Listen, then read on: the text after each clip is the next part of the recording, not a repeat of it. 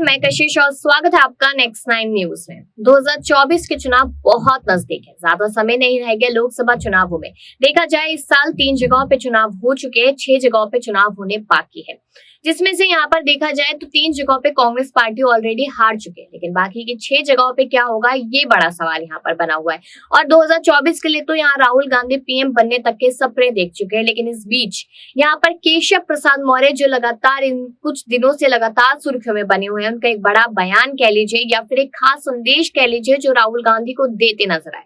उन्होंने होली के अवसर पर कहा कि बुरा न मानो होली है, सारी जगह पे बीजेपी आएगी ये मान लो। ये बात उन्होंने कही। उन्होंने कहा कि बीजेपी ही जीतेगी, 2024 बीजेपी के ही नाम होगा, ये बड़ा संदेश उन्होंने दे दिया।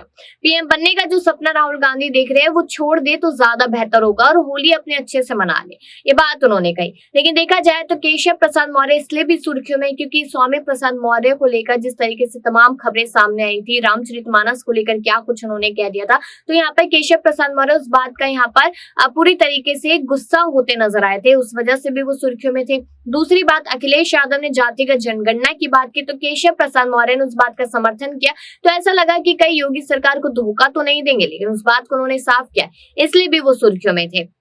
अब यहाँ पर देखा जाए तो ब्रजेश पाठक को यहाँ पर जिम्मेदारी दी गई, लेकिन केशव प्रसाद मौर्य को नहीं आगे बढ़ाया गया, इसलिए वो सुर्खियों में थे। लेकिन अब यहाँ पर देखा जाए तो उन्होंने साफ तौर पे कहा कि 400 की 400 सीटों पर बीजेपी आती नजर आएगी, तो जो ख्वाब कांग्रेस पार्टी देख रही है वो छोड़ देने चाहिए, जो ख्वाब सपा और बसपा देख रही है वो ख्वाब छोड़ देने चाहिए। और होली को लेकर भी तमाम तरीके की बातें वो कहते नजर आए। साफ तौर पर अगर देखा जाए यहाँ पर तो केशव प्रसाद मौर्य अपने डिप्टी सीएम पद की जिम्मेदारी बखूबी निभाते नजर आ रहे। उन्होंने ही शिवपाल सिंह यादव को चाचा चुनावी चाचा कहा था, क्योंकि देखा जाए कि जब चुनाव नजदीक आए तो अखिलेश को चाचा की याद आई, पहले याद नहीं आ रही थी, अब चुनाव आ रहे हैं तो इसलिए उन्हें चाचा की याद बार बार आ रही है, वो एक के बाद एक जिम्मेदारी उन्हें दे रहे हैं, पहले याद नहीं आई थी। यानी कि जहां पर अपना फायदा दिखे वहां पर इंसान को आगे कर देना चाहिए और बाकी चीजों के लिए पीछे कर देना चाहिए। इस तरीके की तमाम बातें यहाँ पर केशव प्रसाद मौर्य करते नजर आए।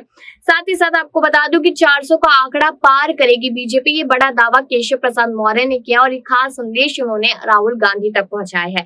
साथ ही उन्होंने कहा कि पीछे कुछ दिनों पहले यहाँ पर अमेठी की जब बात उठी थी, जब स्मृति ईरानी, राहुल गांधी और अखिलेश यादव को लेकर खबरें सामने आई थी, तब उन्होंने कहा कि सपा बहादुर अखिलेश यादव को भली भांति याद रखना चाहिए कि सपा कांग्रेस बसपा के दल में भी भाजपा का कमल अमेठी में खिला हुआ नजर आएगा, क्योंकि स्मृति ईरानी और राहुल गांधी के बीच में तगड़ी भिड़ंत लगातार हम देखते रहते हैं, लेकिन राहुल गांधी आखिरकार कौन से यहाँ पर सीट से उठेंगे या नहीं उठेंगे, सीधा यहाँ पर पीएम पद के दावेदार बनते नजर आएंगे, ये सवाल है।